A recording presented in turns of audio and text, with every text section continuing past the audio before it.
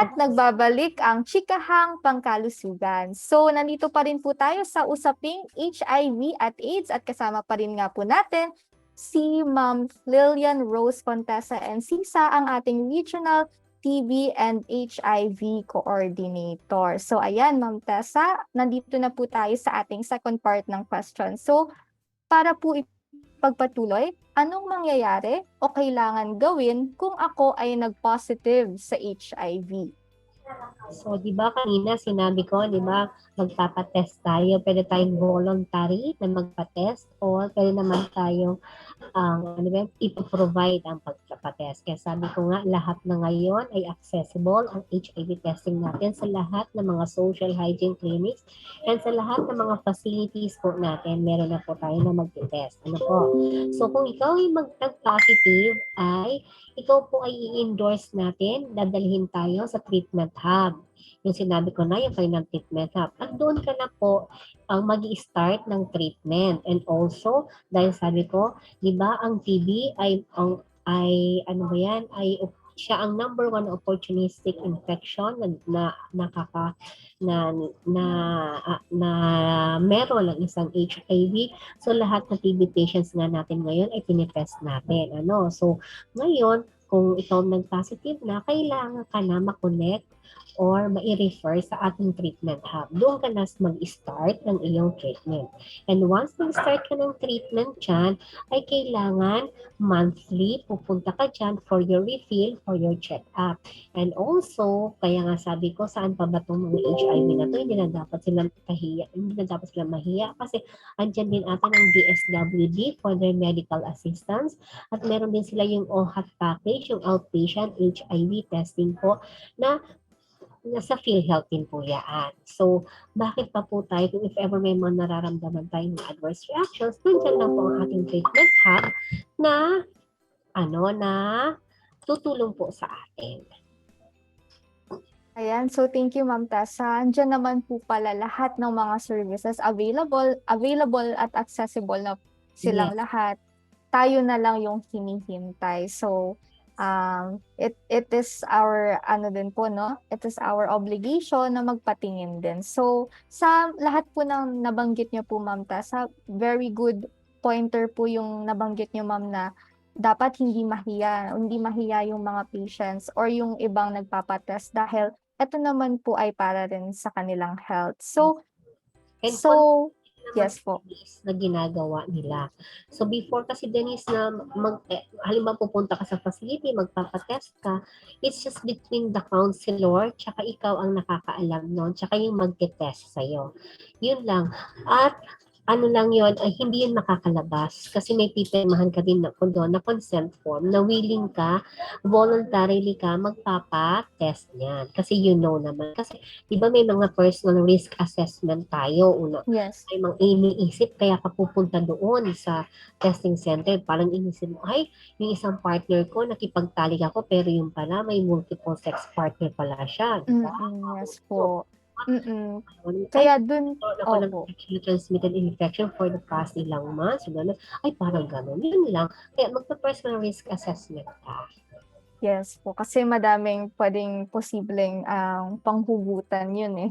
Di ba, Ma'am Tessa? So, that brings us to actually our second question. Yun na po yun, Ma'am Tessa, na meron din palang data privacy ang mga patients na merong HIV or AIDS. So, huwag po tayong matakot magpa-test dahil this is a procedure that is meant for us, that is talagang binabahagi ng government, ng ating mga health sectors for us. So, wag po tayong matakot kasi it's been highly stigmatized na yung mga HIV AIDS na mga pasyente. So, let's destigmatize it. So, tanggalin natin i-erase natin yung stigma on that. So, wag tayong mang-discriminate. And instead, let's help each other. So, ayan. So, ang ating third na question for our second part, gaano po ba katagal bago mag-cause ng AIDS ang HIV? So, ano ba yung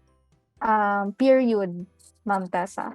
Ganda kasi yun, di ba sabi ko, pag HIV infection, ito yung matagumpay na pagpasok, sa katawan.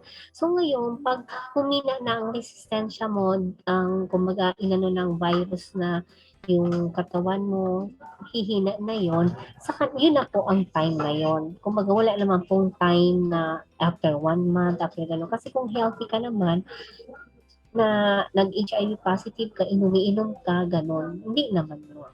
Hindi naman yung sa katagalan ganun. Dapat hina muna ang katawan mo at maaano na and then matatamaan na yung immune response mo. Kaya ka nagkakaroon ng syndrome na, di ba? Iba-ibang klase ng sakit nandoon.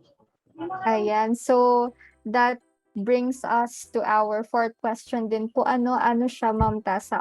Connected din siya din po sa binanggit nyo na hindi naman basta-bastang nakakahawa. So, lahat ba ng HIV ay maaaring maging AIDS? Pwede nyo bang Yun na, i-expound on this po? diba? Sabi ko kanina, yung virus, pag pumasok mo sa katawan, yun na yung paghumina na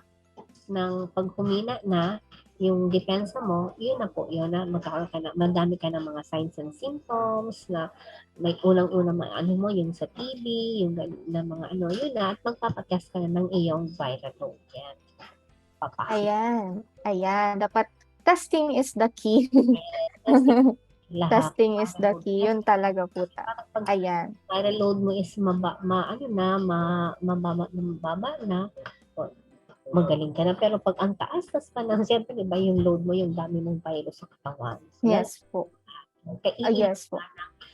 Mag-a-adhere ka sa treatment ng Yes.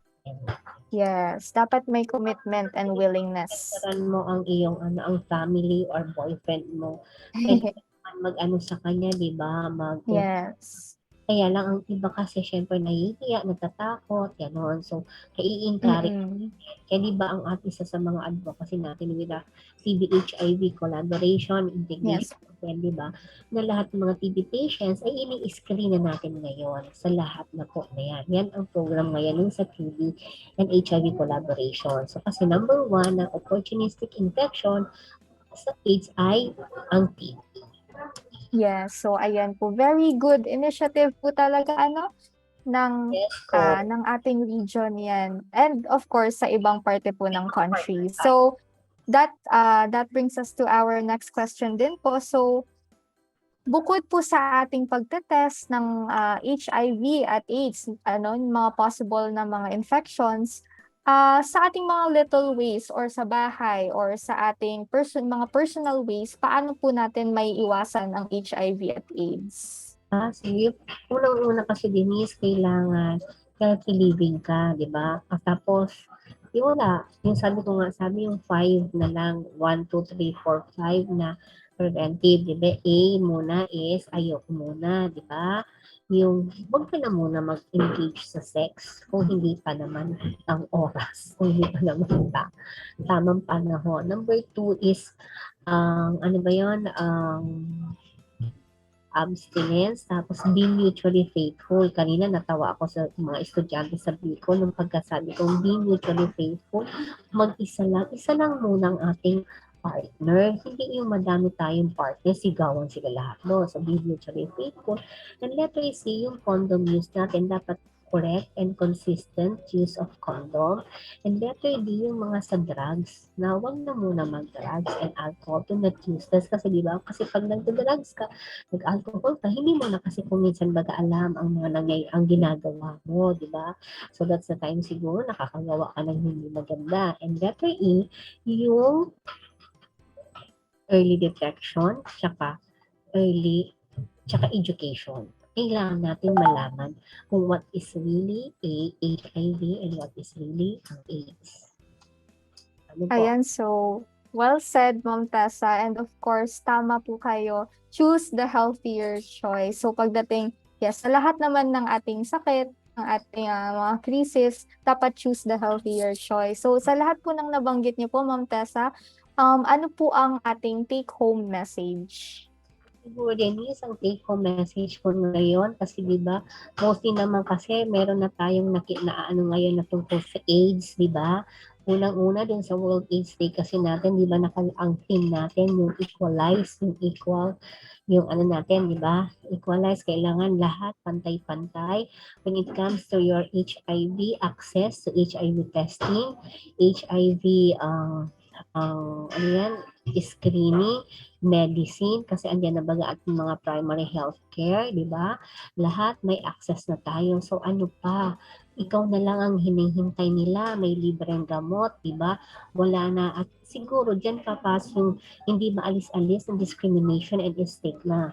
So siguro ang masasabi ko lang para mawala ang stigma and ano yan, discrimination, ang magko-quote na lang ako, Denise, na we talk a lot about a right to freedom of expression, but we need to talk more about our responsibility to freedom of expression.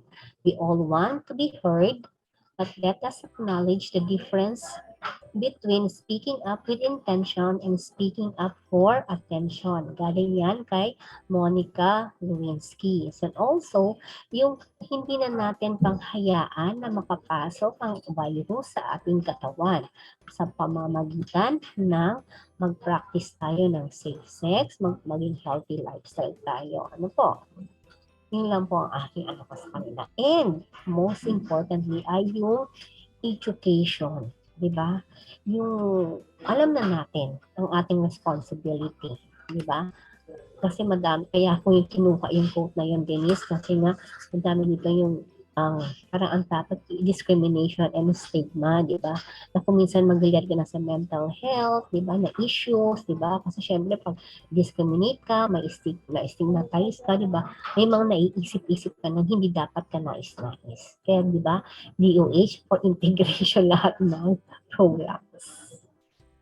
Ayan, so thank you very much po, Ma'am Lillian Rose Contessa Encisa, ang ating Regional TB and HIV Coordinator ng DOH Bicol CHD. So maraming salamat po talaga, Ma'am Tessa, sa pag-share sa amin ng inyong mga kaalaman tungkol sa HIV/AIDS. And of course, Ma'am Tessa, tama po ano yung sinabi niyo na dapat tanggalin na natin yung discrimination kasi it's not just, hindi siya it's not nothing na hindi siya simpleng bagay na dapat i-take natin lightly. And of course, sa dinami-dami, 'di ba, ang dami na rin kasing mga kaso ng HIV AIDS. So, hindi yan bagay na basic or common na nangyayari. Na porket common na nangyayari ay kakalimutan natin, babaliwalain natin. So, nandiyan po ang ating mga healthcare, nandiyan yung ating healthcare providers.